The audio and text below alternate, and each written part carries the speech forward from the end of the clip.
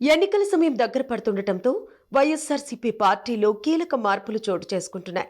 అదే క్రమంలో ఇన్ఛార్జీల మార్పులు చేర్పుల విషయంలో నేతల్లో టెన్షన్ మొదలైంది. అధినాయకత్వం నుంచి ఎప్పుడు పిలుపొస్తుందో అని, పదవుల విషయంలో ఏం వార్త వినాల్సి వస్తుందోనని ఏపీలోని వైఎస్ఆర్సీపీ ఎమ్మెల్యేలు బిక్కుబిక్కుమంటూ గడుపుతున్నారు. తరతరాలుగా నియోజకవర్గంలో పరపతిని, కేడర్ను, కార్యకర్తలను ఎక్కడ వదిలిపెట్టాల్సి వస్తుందేమో అన్న భయంతోనే వైఎస్ఆర్సీపీ ఎమ్మెల్యేలు గడుపుతున్నారు. దీనికి కారణం వారిపైన ప్రజల్లో తీవ్ర వ్యతిరేకత రావడమేనని అధికార వర్గాల సమాచారం. అందుకే అధినాయకత్వం మంత్రులు, ఎంపీలు, ఎమ్మెల్యేల టికెట్ల మార్పులు మొదలుపెట్టి మంత్రులను ఎంపీలుగా, ఎంపీలను ఎమ్మెల్యేలుగా, ఎమ్మెల్యేలను ఎంపీ అభ్యర్థులుగా మార్చేస్తోంది. తొలి విడతలో 11 మంది అభ్యర్థులను మార్చిన వైఎస్ఆర్సీపీ మలి విడతలో మరో 27 స్థానాల్లో మార్పులు చేర్పులు చేయడంతో అధికార పార్టీ ఎమ్మెల్యేలలో భయం మొదలైనట్టు తెలుస్తోంది. ఇదంతా సమీపిస్తున్న ఎన్నికల్లో భాగమేనని అధికార యంత్రాంగం తెలిపింది.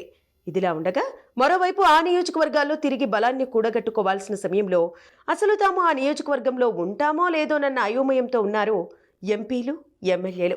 ఒక 20 మంది కలిసి సీఎం క్యాంపు కార్యాలయానికి వచ్చి తమ పరిస్థితి ఏమిటని తెలుసుకున్నారు.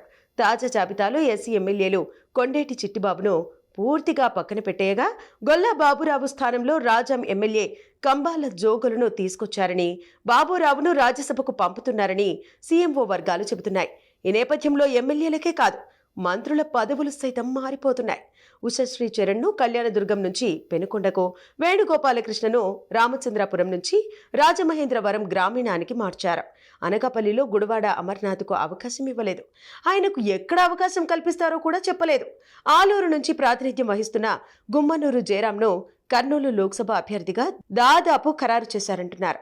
దీన్ని ఇంకా అధికారికంగా ప్రకటించాల్సి ఉంది. అనంతపురం ఎంపీ తలారి రంగయ్యను కళ్యాణదుర్గం అసెంబ్లీకి మార్చారు.